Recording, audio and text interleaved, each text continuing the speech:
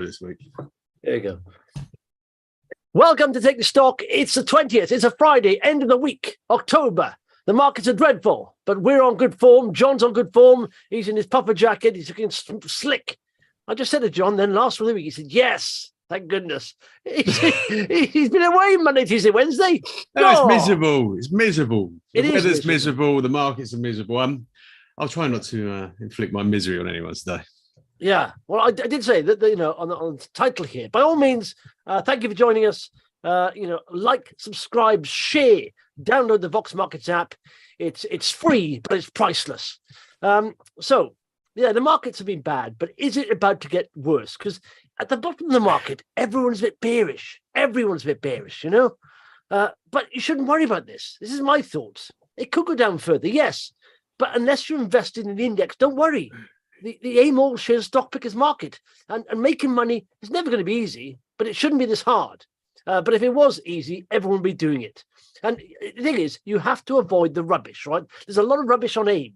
And to make it worse, you get people on Twitter ramping rubbish just to turn a quick buck. And so ignore them. You have to do your own research, assess whether a company can provide you with a good return on your capital for a desired risk. That means looking at growth, value, health, efficiency, momentum, potential. But the good news is, John, I think this, right? There's quite a lot of good opportunities on AIM. A lot of them get tarnished with the brush that is the bad companies. But if the market continues to go down, the upside only increases in these good companies. But if you want to make money, you've got to do your own research. You've got to put a bit of hard work in. Treat yourself like a fund manager. It's your funds. Manage your funds. Do lots of research. Be professional. Only the top professionals in sport get paid lots of money. So the more work you put in, the more research you do, I believe, the better it'll be. I do think, it is a tough market. But like I said, valuations on companies are going down. And that means, the potential is going up. But it is tough. It is tough, isn't it? Yeah, I mean, I had a small exchange on Twitter yesterday. X, should I call it? Suggesting that although forecast PEs are actually falling, that perhaps reflects fears about the earnings outlook. I think, in a couple of cases, we've seen that those fears are founded. Yeah. So I do think more broadly though that the market, there are lots of companies looking cheap, and not necessarily even down in sort of the depths of AIM, but even moving up the market scale. I was chatting to Jamie Constable from Singer, who we regularly speak to, and I'll be speaking to next week, recording with. But 20% of the FTSE All Share on PEs, single digit PEs at the moment. What an extraordinary figure! Yeah, and do you know what? I know it's awful with the news out there. It seems geopolitical risk and all this worry and financial risk, high interest rates, the cost of capital is up. But we've got to look at it longer term a little bit. And like I said, if you scroll back, to when we've been like this previously, the markets have gone to new highs. And I did actually post something out on Twitter earlier from the Share Pickers account saying, look at the RSI on AIM. It's massively, it's oversold. It's been oversold. In fact, let's go to the AIM. It's down again today. No surprise. But look at that. It's down again today. And we're now down 48%, 774 days since the high. And if I put the old RSI on, you can see there. Now, we're 15, 16 days now, we've been oversold. Nothing compared to going back like, in fact, we're now beating the COVID dash for cash crash oversold. Because that was quite quick. But if you go back and just look at these, the big times were literally the great financial crash. And these took 40, 50 days down there. And .com was worrying as well. But like I said, the market made news highs after that. So when everyone thinks we're going to hell in a handcart, it doesn't. It never happens. It never. You can look at a long run history of stock markets going back, into the late 19th century, and they perform over time through thick or thin. Yeah. But you've got to stay solvent in the times when it does. It does go through painful patches. No, I keep saying that patience has been my downfall, and getting out of stocks before they've rallied, or getting into stocks too much too quickly. So be patient. We're not talking the days, talking months maybe before the market recovers. But that's why I say always do fundamental research And then if the charts are stacking up, put alerts on it, and you're surprised. You'll be surprised how long a share price stays depressed for before it comes back up and hits that alert. It can be months, and they say, okay, now it's back in an uptrend or something. But now the fundamentals are okay, the chart is looking good, but then the exposure level is, like, don't go too much on anything, So this bear market has been a long one, It's and there aren't really any sort of clear signs of a catalyst to reverse that. But you mentioned highs, and I kind of think, we've been in a big, long, cheap money party for a long, long time. Yeah. And the bigger the highs, the greater the crash. The bigger the party, the bigger the hangover. Exactly. And I think that's what we're suffering at the moment. And it's going to take time for the hangover to wear off. There's no hair of the dog this time. Yeah, well, no, it's no quick solution, is there? Like, bailing out the central banks bailing out failing banks, like the Great Financial Crash. As soon as that happened, it was fine. In fact, of course, with we saw vaccine days. As soon as a vaccine came along, but it'll be long and painful. But again, we have to look in the positive, because we always look at the negative. We may as well just stop here. But it's good time to research. Find companies saying that is a good valued company. I'm going to watch that for a while and maybe start investing in it. And also, you got that time you got to let them release more news to the market. Interims, trading updates, financial results. That gives you greater insight to the company and how they're doing, and give you outlooks and all that stuff. And it may be tough for a while for a lot of companies, because that interest rate isn't coming down for a while. So if they've got debt stuff, it might. And when it does come down, the question then is, how far is it going to come down? Are we ever going to go back to those, ZERP days, where interest rates, hovered close to zero, and in some countries went negative. Yeah. That sort of it'll never get back to that. It doesn't seem like it's going to happen. No, but there are companies out there who are not struggling.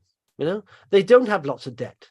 And they are insulated from the consumer, or the people suffering. Their end customers not suffering. I mean, you've got to find those, and you get sort of almost like medical tech people, all that kind of people, or who. If you go, for example, I look at ramping stock here, but I get an example. But if you look at pre-revenue companies, they're of course higher risk. But if you look at something like Destiny Pharma, or dealing with antimicrobial resistance, that's a huge issue that's going to be around with us for a long time, beyond this this high interest rate environment. And the World Health Organization is one of the top 10 biggest risks to humanity.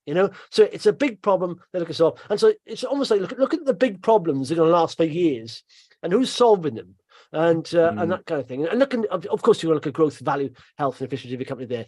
Anyway, here's the markets. Everything's down. Good news is, yes, the AIM all share is down, but it's not the worst. Far from it. Look at that. It's 10 times better than the FTSE all share, down 0.08%, and 10 times better than the FTSE 100. What's the fallers in the FTSE 100? That's where you want to look. So look, Intercontinental Hotels. We're trading news today. You got Anglo American, Marks & Spencer, Ocado, John's favourite FTSE 100. It's in there. I had a nice comment actually from Chris yesterday. By all means, comment please if you haven't commented.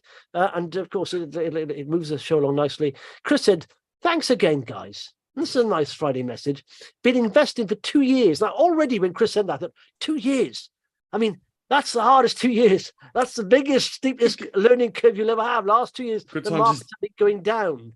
It's a good time to learn the ropes. It really is. Well, do you know what? There is one thing you then have to be careful of. I started in the city, in the wake of the dot-com boom, just as everything was deflating, and I think it sort of left a bit of a scar. That period. You do. I think I have an inherent caution. Following that. So there's an author I interviewed years ago. He's on Twitter and he does psychology of money and all that stuff. And he says the first biggest scar or injury you have in the markets tends to leave it. Well, the first injury you have tends to leave a scar, a psychological scar. So you find people sometimes start doing trading and they'll never get to investing, because they've been hit so many times and they're scared to leave their money into a stock because they've been hit in one stock. And I think the best returns are longer term in multiples over years. And so, it's hard to make a living trading, but they're never, because they're scarred by that, it's distorted view of the markets. Anyway. I guess from my perspective, that's why I sort of gravitate towards, more established companies, companies with a trading history where there are, profits and revenues. And maybe I miss out because of that. I guess, the point there is that you can take that back and, psychology is so important in investing and trading that you should always spend a bit more time, understanding yourself when you're trying to invest. Yeah. But trouble is, you say you may miss out on that. I mean, I do get some, I literally have my big stocks covered. I find them very boring, but I understand that you need them. And so these are, proper businesses generating cash, paying dividends. They're in a fund. And so I don't have to really look at that. That's my biggest holding, I'm like second biggest holding because cash is my biggest holding. But then I want the sexiness, the growth stocks, the can-do multiples. But sometimes you get it wrong, like I said, that predictable 5% a year that you get, on a sexy stock, you can go under by, you can go down by 50%. So anyway, it's about Chris. Chris says, thanks guys again. Been invested for 2 years, and all questions I had posed in those I knew were answered by everyone answering by saying, do your own research. Great advice. Yeah, great advice, but meaningless unless you know how to. Then I stumbled into the Kashmir podcast. Oh, I say, there's a new title. And Daily Watch. You go through how to do research. You need to cotton on to how useful this is and put together a lexicon pod. Oh, if this pod was a chart, even John would be ramping it. There we are. So thanks. No, Chris, I appreciate it. Any questions like that on researching? Because there's many different ways to research. Like, I like it almost to a football team. There's many different techniques or training techniques to get to this end goal, But so we can both give our advice on what we do. Like I said the other day, first thing I look at, I did say this when you were away, John, what's the first thing you look at? And I said, to me, it's market cap of a company. When I'm doing research, I've got to know how big the company is. And because if you don't know the value of the company, then go into enterprise value. But if you don't know the value is, and you don't know the potential value generation, how do you know you're going to get a return? So that's the first thing I look at and look at stocks. Anyway, let's get into it. In fact, I just want a quick look at charts of gold, copper, and oil. Because let me guess, gold rising, copper falling, oil rising. You're spot on there. And of course, is copper. And like I said, this is from 2023. Got a wedge there, a series of lower highs, but it is bouncing off this level. In fact, it's right there now. So it could take it down a bit further. We know China's trying to stimulate. They did post some figures recently, GDP saying it's going okay. But there's that underlying, isn't it, problem of property there, which, is imploding for years. Yeah, so business news copper. This week was country garden looking wobbly. Yeah, I mean, that's in a downtrend pretty much, hitting the support level here. That's copper, so we can see what's happening there. If we've got a gold, of course, times of worry. Now, look at that. It's had a series of high. It hit this sort of 2056 there, a couple of lower highs there. And then all of a sudden it broke out to that lower high. But now it's trying to break this previous level 2000. So that's a magic number. Yes. You can see it's rallied very strongly the last few weeks. Well, I mean, for very, very obvious reasons. Yeah, look at this though. Get away. This is central banks accumulated gold at the fastest pace on record in the first 2 months of this year. And so the biggest which central banks? Singapore was the one. Singapore, Turkey, China, Russia, India. They're the guys they're doing. Not the US, not Western central banks. Yeah, no, exactly. And let's look at oil quickly, because of course there's the tensions. I think more than tensions is very awful. The Middle East, and you can see here it get down to like about $71. And is it the line there? You can see, double bottom there, or in fact, a triple bottom. Yeah. And then, a bit of resistance here, broke up. And it did get up to that level recently. It's come back, but now it's threatening to get above those 95. Well, it's 93 This now. is just, it's geopolitics. So, gold and oil, it's geopolitics at play there. Yeah. And obviously copper is more reflective of this kind of fundamentals we're experiencing, economically, things we're seeing, showing up in trading updates from Rent-A-Kill or Intercontinental Hotels that actually there is weakness in the global economy, and that's what copper's telling us. Yeah. A couple of comments here. Riffis said, should I sell my RELX shares and put it into XP Factory in case you say you can't give it financial advice? Go on. RELX. I'm not RELX. What does RELX do? It's a sort of data, academic data. It's a big data publisher of academic journals, research papers, that sort of stuff. A fantastic company. Yeah, I would say, it just sort of this defies Yeah. your sort of views about large companies. This has had a 670% 70% total return no, over the last 20 years. I mean, it's an absolutely extraordinary company. Yeah, no, actually, no, I don't. I'm not slamming all big companies. I'm saying I'm just looking at the stats, and I can't do research on over 2,000 companies in a year. So what I do is I limit it to the area where I know generally the best performers happen, and that's sub 100 million market cap, and in fact sub 50 million. They're more risky, but that's why I have to do more research essentially. But look at that. I would say that's looking like I would never sell out of an uptrend. I wouldn't sell that. I mean, there's only one. There was one. I've looked at RELX over the years, so I slapping the table again. It's dominant in its market. Yeah. There was one issue, which was it basically sort of controls access to academic papers, and there was a bit of an issue about whether that should be open source. 54 billion, is that right? Yeah. Is that their market cap? Arguably, this is Britain's best technology company. Wow. Yeah, never ever sell out of an uptrend. What you can do, never limit your upside. And what you can do, you can say, listen, you can see a series of higher highs here, and if it literally falls below, maybe put a stop loss in if it's going to fall off a cliff, maybe at 27. But if you're in it and you're in for a long term, or even put it a bit lower if you're sitting on a nice profit. Yeah. But I wouldn't limit to your upside. I wouldn't sell now. Sell if it's maybe breaks a support level, maybe 27, 26 quid. But I wouldn't. I wouldn't. I mean, if you want to deploy some capital elsewhere, that's never a bad idea. Just lock in some, top slice a bit. Take some exactly. And you can put now again with XP Factor. There's a great company. I think it's lumped in with the leisure sector. I've said before, and because of that, it's in this range. And like I said, a range to me, if you've been paid a dividend, to sit in a range is fine. But literally, if you're just sitting there in a company that's not paying a dividend, it's a pain. It's going up and down, up and down, up and down. So I would say if it convincingly breaks, literally, 21, 22 pence. Even 23, it'd never be too late really if it starts to trend because they're very powerful. I say 22 pence is it's going to get up there, then that's going to start a new uptrend, and I think it could do very, very well because they've come up with figures. There hasn't been a bum figure ever. All the figures they come up with is very good. So like John says, you can top slice a little bit and maybe diversify into a micro cap. Like in fact, what's talking about ranges, just again, Avacta looked like it was going to break out. And then look at that; it's come back down into that range there.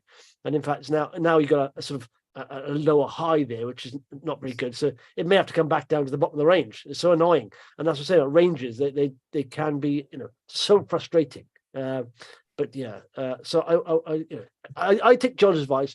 Maybe top slice some, and then look at other companies maybe. But I wouldn't take it all out. Yeah, you want a strong trend like RELX.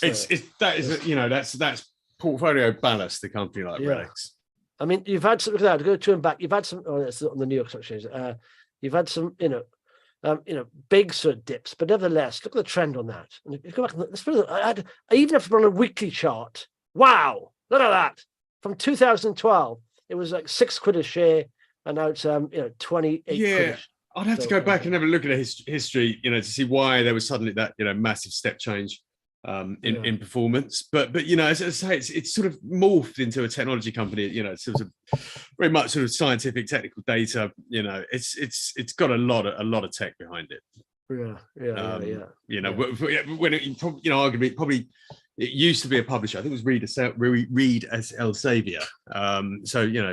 But it's made that flip from publishing to really being a sort of tech-enabled publisher of very, very important. Scientific information, technical information. By the way, I didn't ask you, but we had lots of suggestions. When you first researching a company, what's the first thing you look at, John? I'll give you a bit of time to think about it. We'll look at the front page. I'll tell you now. I just want to know what it does. No, don't piss that. Yeah, exactly. It seems like a very obvious thing to ask, but and when I say what it does, not just what it does, but what markets it sells, and therefore how does it make its money? Yeah. So I'd like to know how it gets paid, basically.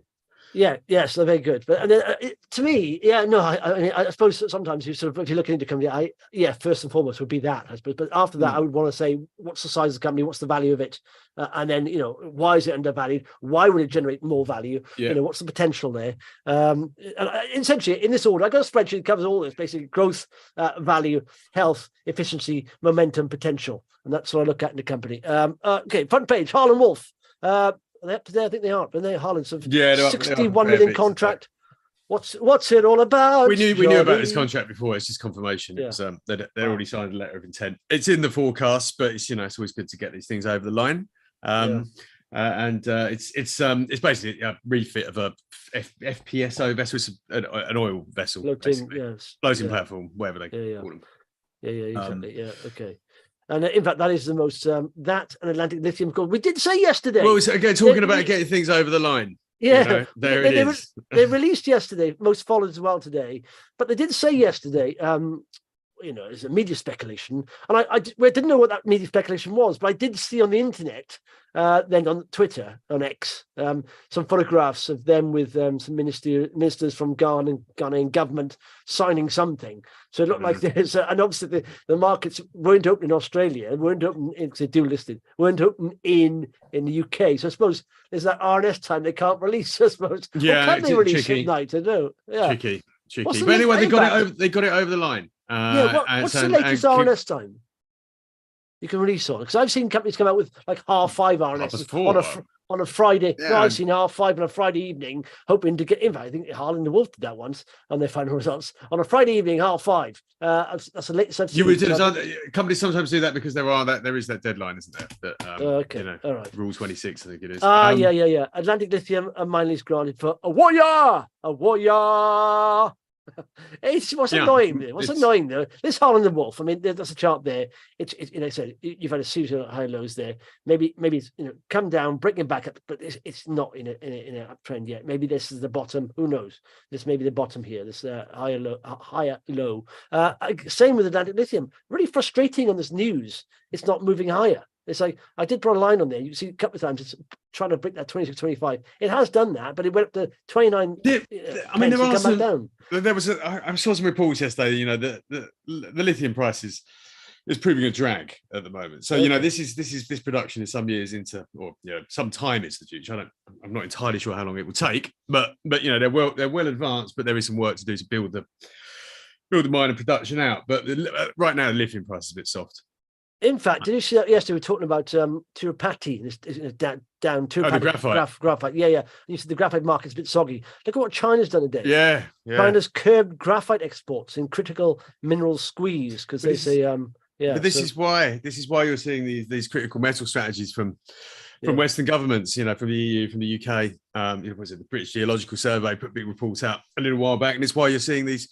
This real push to mine domestically, or at least nearshore supplies of this stuff. So whether that's in Greenland, Green Rock is big very high grade graphite resource there.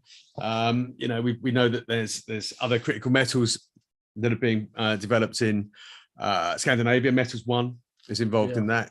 So this is why this China news is why this is imperative. This is why these mines are getting off the ground. Yeah. It's a funny situation playing out, isn't it, geopolitically, with China and America. Because China seems to have a lot of critical metals there, and they're buying up a lot of critical metals, the rights to them. The geopolitics. Where's it else going to come from? They're selling American, bonds, gilts and that stuff. So it's very odd playing out. Okay, anyway, so Harland Wolff, this is Upland Resources, down 6%, but they've given updates on their joint technical study, and they've done sort of highlights proposal for basically that finalized prospecting. So it's a lot of sort of admin stuff, I think, and all that. But it has done very well on the chart, Upland Resources, and you think, okay, how do you catch these rises before they happen? And sometimes with nano caps, it's a little bit of luck, But you can see there straight away, even going back to January. It didn't break 0.8 pence. When it broke that, I think, okay, all right, what's happening? And literally, it multi-bagged there. But, okay. What else is on there? ITM, have we looked at that? I don't know what they're doing there. They were selling one of their divisions. Motive fuels. It is down 2.4%. On that. Yeah. So it's released a little bit of cash. Cash is not the issue at ITM Power. No, 28 million they've got there. But they've only got tons of cash on their balance sheet. Absolutely. But they need it because they are burning quite a bit, aren't they? It's they are. If you look at the last sort of course, at the moment, in fact, I did talk to a company the only company I know in the green hydrogen space who were talking about profit. I can't think who it was now. They listed recently. We should go back to see who that is. But yeah, they've got at their year end. They had 283 million quid on the balance sheet. They had burnt through a fair chunk the year before. Adjusted loss of 94 million though. That's a lot of burn. Yeah, it is a lot of burn. Yeah. So when you look at loss-making companies, first thing you should look at is how much cash they have, how long is their runway. That's the first thing you should look at. In fact, that bit of support level here at this sort of level, will it stay there? You've got to be supported. It's got to be supported by its cash, isn't it? Yeah. What is the market cap then? Let's have a look. 430 million. 40, yeah. Okay. 20. Right. Okay, so it's ITM. Do you know what's interesting here today? In fact, most followers is Q. I don't know why that's rising. I have no idea. I checked. I was having a look at the trades to see if I could spot anything. QBT, which is quantum blockchain technologies, it is Bitcoin up. I mean, let's have a look at that. In fact, there's a comment on Bitcoin. Let's have a look at crypto here. Bitcoin, it is away. In fact, it is trying to break that 30. Look, trying to get the $30,000. There's a couple of lines there needs a break, but it did get back in July. It got to 31, 32, close to. So yeah, there's a different support there. 25. Look at that. It's bounced off that several times. Seems to be quite a lot of big buyers going through on quantum blockchain stuff. Informer says crypto is better than markets these days. Looking like it is a use case after all to troll business investors. yeah. In fact, that is it. I was listening to actually Stephen Bartlett, the guy from Dragon's Den. He had Social Chain. He's done very well for himself, and his audiobook, and he's into Web3. He has to put a lot of money into that, and he not crypto but blockchain, the technology itself. So yeah. Tom says next month's inflation figures could be a catalyst for the market to rally. October 2022 month-on-month increase was 2%, and it will drop out. So it could drop to 5%. In fact, yeah, do you know what? I'll get a little, let me just get this chart of you here, because it's worth looking at. I know, yeah, there is, the comparisons will help, I suppose, because I'll find it in a bit. But I think inflation is rapidly, disappearing as the issue of the day. This is an interesting thing here. Look, Oxford Biodynamics, which of course has done very well, very good tech in the cancer nice space. deal with Bupa this week, didn't they sign for one of their tests? OBD, isn't it? I think. No, what is it? Yeah, OBD. Is it OBD? OBD. Oh yeah, Oxford Biodynamics. So look at that, shot up there, of course. But what you got here is nothing wrong with this. Don't read this as a bad thing. There's a guy here who's Stephen Diggle, Mr. Diggle. Diggle got the wiggle. Hey, Hang on a minute. But that's Volpes Life Sciences. Spoke about it the other day. Yeah, they also back Proteome Sciences and Scancell. So he sold 777,000 at 383. So he's just cashed in about 300 grand's worth there. But, sometimes you've got to take a bit off, maybe invest elsewhere, because he still holds 13.6. He's got a fair chunk of this still. So, and that's, literally, he's still got 27 million. So I wouldn't worry too much. When you see sales at that, but, if they're selling out completely, fine, but he still has 27 million. And he's only sold 777,000. So it's not a big deal here. Anything else? As it goes forward, Silver Bullet, Destiny, Avacta, we looked at that, Card Factory. Do you know what's funny? Most of these rises there are no news. No news, yeah. So I said when I went and had a look at the trades to see what was happening. Yeah, and it's just money. It's flow, money. I looked at fallers. Do you know what? I got caught up in this trade on this company because they literally, at the time, the directors had no skin in the game. They kept raising money at massive discount. I think 83% at one point they raised money at. I do like the technology, but what made me laugh in their interims, right? I looked at their interims and they scroll down, right? And they're saying different parts of the business, right? Filtration, addressable market, 350 million. Finish, estimated market, 132 million. Care, estimated market, 3 billion. Key financials, revenue, 100 grand. Okay. When are you going to address those markets? Hey, it's been good. It's just... I do like what they do. I like their technology, but literally, this is a good example of execution of commercialization. The markets are big, but you realize when you have new tech market adoption of that takes a while. It does take a while, you know.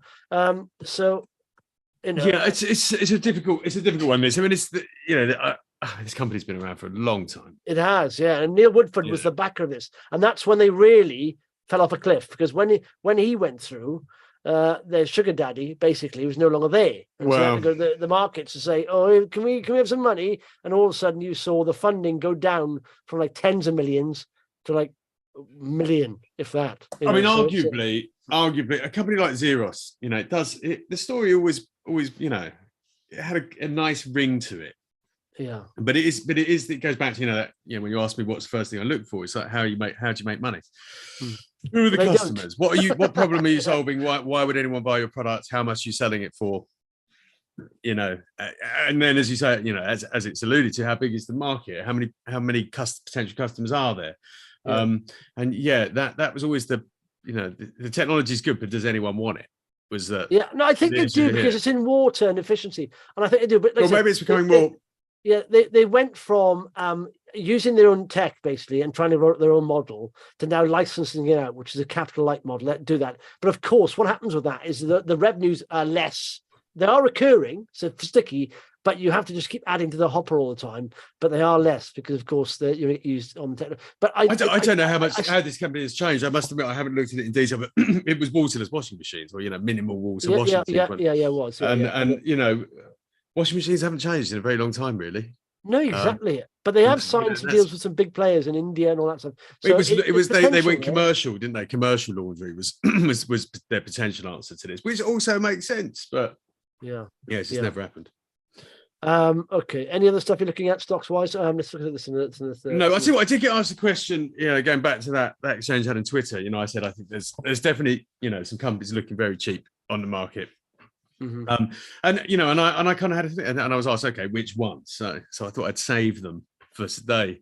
Okay, go on. And I was having a look, and you know, and I think Hargreaves looks cheap. You know, there are some, you know, poor sentiment is affecting that stock. JD Sports. In fact, do you know, I was chatting to actually Phil, who's a regular here, and, you know, like I said, it went down yesterday, Hargreaves. I kept saying, just because companies are cheap doesn't mean you should buy them unless you can take a paper loss and sit in it for a long time, because you've got to be prepared to do that. Yeah. But if you're not prepared to do that, use momentum as well. And because momentum, I keep trying to explain this to people, it's money flow.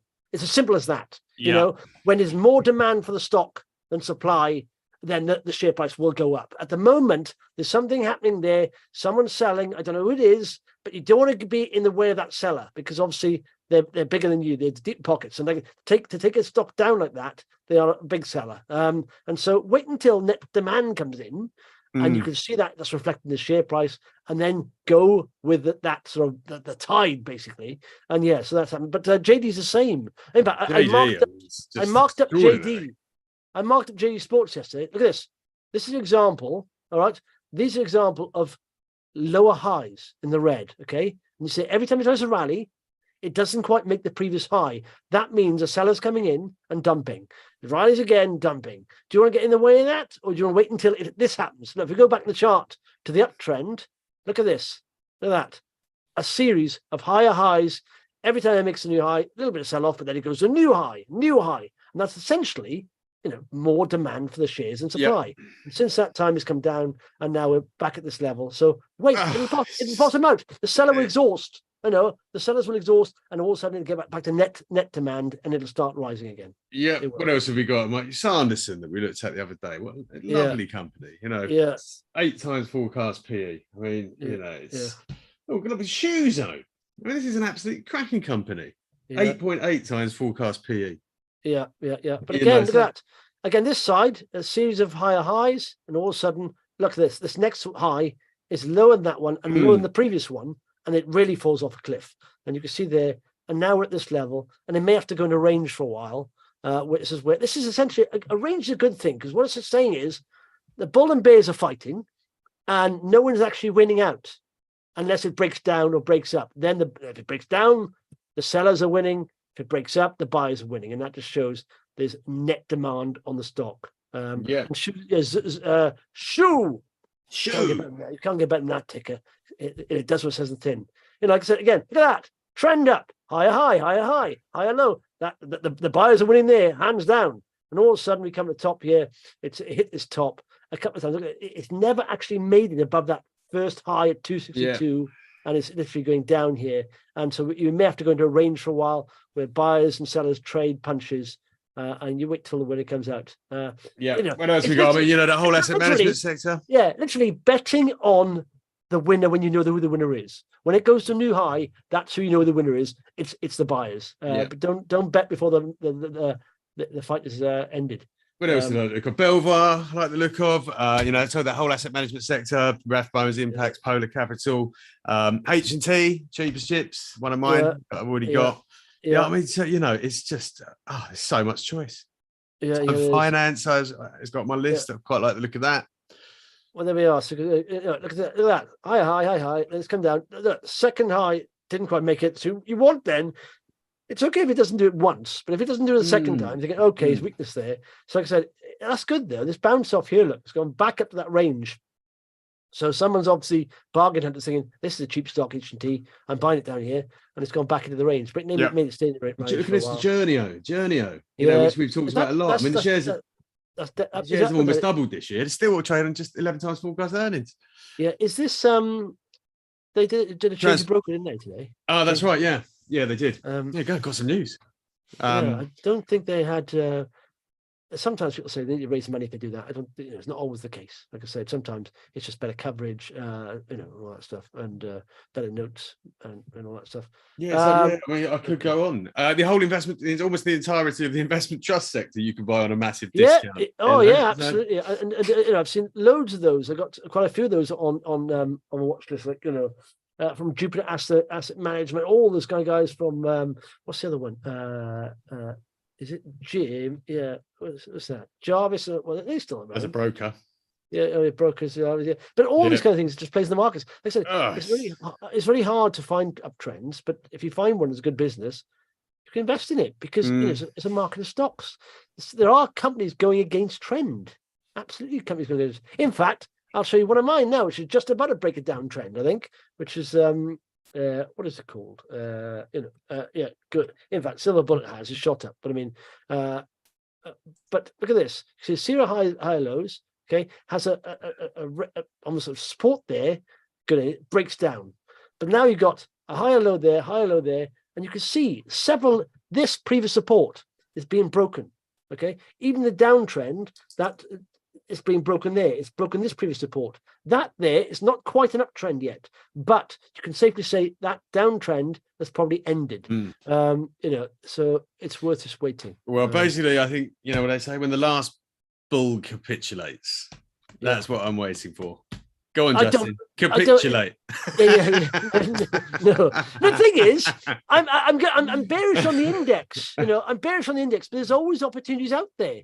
If it wasn't, I wouldn't be holding stocks. Okay, I mistimed a few of them, but I wouldn't be holding stocks. And in fact, I've made money in the last 6 months. It was worse going beyond that. So a year back, maybe it's really bad. But I was just in stocks. I wasn't paying too much attention to the trend. But when I realized we're in a proper bear market now, I sort of got out a bit and then said, okay, take your time. Wait, and that's what you got to do now, and you got to be very choosy. Do you know what? YouGov was another one I was having a look at. Big jump, but they're still. You're talking. They're not cheap, but they're cheaper than they were. So then, the other strategy is, buy quality when it's been derated. Yeah, and that brings all sorts of stuff into play. Yeah, I mean, another one I looked at, which is mid cap, is Team 17. Good games company. Games have been decimated. Been laying off your. But look at that. Literally, it's come from 880 down to 255. It's very good. No debt. Still growing a little bit. I mean, the margin took a little bit of squeeze, but it's a good company. It's a very good company, and there's so many good companies out there. But like I said, don't pull the trigger yet. I wouldn't pull the trigger on that yet. Look at that. I mean, is there a range then? I'll get in there now. And literally, you see there's previous support there. Didn't quite make it, broke down again. So that can happen all the time. It can keep breaking down, getting cheaper and cheaper, to the point where people are saying, this is ridiculous now. I'm going to start buying. And when the market turns like that, buying against buying, it'll start rallying. Here's the thing. Like Spirax-Sarco, which, very large FTSE 100 engineer, does sort of pumps and valves and stuff. it's trading on a forecast period now of 24.8. But 2 years ago, it Look at that. it got to a high of Team 17. That was pretty much got to a high, a forecast PE of 67. Yeah. So these are quality, somewhat cyclical, but not massively, global businesses that you can pick up a lot cheaper than you could a couple of years ago. So there's the other strategy. Don't look at just the headline PE because it might still seem high, but look at it where it has been relative. Yeah, exactly. Some companies, we lump some companies in. Well, that should be on a PE of that, but if they're an outperformer, they shouldn't. There, certain companies deserve to be given a higher PE. I'm looking forward to shopping. The time will come. Yeah, it will. What's your thoughts on options awarded to management of Destiny Pharma? Can't see the strike price. Are the salaries not enough? Listen, I don't really care. If they perform, they deserve them. Honestly, it doesn't cost anything now. So I don't. It's almost like saying, in a down market, it's very tough. But if that company hits like Equity Development come out with 279, if they do that, hit those things, give them the awards. And already I quite like what Chris Tovey's doing. He's going to sort of experts together, publishing, presenting, peer-reviewed papers showing how good XF73 is. So I quite like that. He's doing 2-hour presentations. I quite like what he's doing. To be honest. I think when it comes to pay, what you have to make sure is that that it's not managers extracting money from companies, but that actually is an aligned incentive. That would encourage management to make sure that they deliver for the benefit of shareholders. No, he's been very proactive. I like what he's doing. I like the guy. I think he's working very hard and very well for the company. And to me, he's worth everything if he achieves those those target prices. And I think he will. He's not a free rider. He's a guy who does something. And I think he was a heck of a sign up for Destiny Pharma. If you look what he's done previously, I really do. I mean, you can't underestimate a very good board. They've got the product. You've got everything there. The products are amazing. They are tackling huge problems in the world, and the board is a quality board, which don't normally bother with companies that size. And so it says something, doesn't it? Well, in fact, Chris says why he's there. Bit of breaking news. Go on. Breaking news. Harland Wolff. So some good news this morning. Some slightly less palatable news this afternoon. There was they won a judicial review of the Isla McGee gas storage project. A while back, where it's been there's an appeal going in. So. Not entirely surprising. These, you generally see these legal things toing and froing, but sort of take the shine off of the news this morning a little bit. Okay, what? So has there been an appeal? There is the applicant has filed for appeal. Yeah, it doesn't matter. Do you know what? Exactly, because it's like they've already given their judgment. It's like the judicial review must think, we've given our judgment. Why are you appealing? I know you have a right to appeal, but unless there's new evidence. I know, unless there's new evidence, what are they going to appeal on? This happened. This is exactly what happened the other day with PCI Power. If you remember, they won a court case, and then the appeal came in, and the shares came off a little bit again. So it's we'd like to appeal. What we're going to present some evidence, but we just made it. Unless they've got new evidence, there's no point, is there? Indeed. So okay. What a waste of time. Good to see Chris Tovey highly incentivized. That's what Alan says, with strong option package to achieve great returns for himself. And if they do well and they get a good deal and that share price goes up, they deserve to be rewarded. Phil, book recommendation of the day for new people trying to learn fundamentals, interpretation of financial statements, Mary Buffett and David Clark. It's a little book and very simple. Good Energy looks a bit like coming the new You. In fact, You Group. I do believe that. I mean, one of the reasons why I invested in Good Energy, I just thought it could become a new You Group, and in fact, with better margins because they got a huge top line. But just quickly on the old, where's it by? On the old, I don't believe this. I know there's warm weather. Warm weather in September hits autumn coat sales, right? Retail sales more than expected. Yeah. Do you know what? The experts were wrong to the tune of 90% wrong or 100%, 10 times worse than forecast. It was very strange. It was a very strange month, weather-wise. I mean, retail is weather dependent, and it was very strange. But can I ask you a question? Are retail sales based on online sales as well, or what? Or just high street? Yeah. So hang on, that doesn't affect people set by how can you be wrong? They thought it came in at sort of minus 0.1%, and it came in at minus 1%. How can we be that far out? They got shocked. they've got a shop full of jumpers and the sun's shining. It's basically what happens. It's what happens. But autumn coats didn't do very well, apparently. You've got all these coats in. They'll say, well, let's see if it bounces back. That'll be the test. I think this is a lot more down to people feeling the cost of living crisis now. I would say so. Like I said, that central banker from the Bank of England said only 20% of this is being felt because people are coming off mortgages all the time and they have to remortgage and they've got maybe credit card debt. They maybe not going to buy new cars, or they're buying new cars, and the cost of finance and all that is expensive. Everything's expensive now, so it's going to be hitting people. And I think you'll see the medicine is working. Central bank medicine is working. Exactly. Banks call for more clarity on investment path to net zero. Yeah, they're saying that they need to see how much money is going in, how much we need essentially to invest in new energy. China curbs graphite, and Elon Musk. I don't think he'll have anyone left on Twitter in a bit, because he's now going to charge 2 tiers of charging. He's going to charge new users $1 in New Zealand. That's not too bad, I suppose. $1, if that's what it is. Would you pay £1, John? No. Not even £1. No. I'm looking for an excuse to get off that godforsaken platform. So, £1 will be all I need to tip me over the edge. It's full of rubbish. Isn't it worth £1 though? Just don't you get any ideas? I mean, there are some good people. I mean, institutional or news outlets or business people posting stuff on there. It's a good resource, isn't it? And all the trash. I need to get off my doom scrolling. That's what you end up doing, and you think, I'm doing it because I found some interesting news. But most of the news is rubbish, and most of it isn't real anyway. And I've got shelves full of books which I just spend my time reading instead. So go try it, Musk. Yeah, but isn't that a bit like researching for companies on AIM? You've got to siphon, troll through, wade through the rubbish until you find something. I mean, it's same as stuff on Twitter. Well, that's true, but then I could spend my time doing that. I spend my time looking at numbers on SharePad, which is much more interesting than most of what's on Twitter.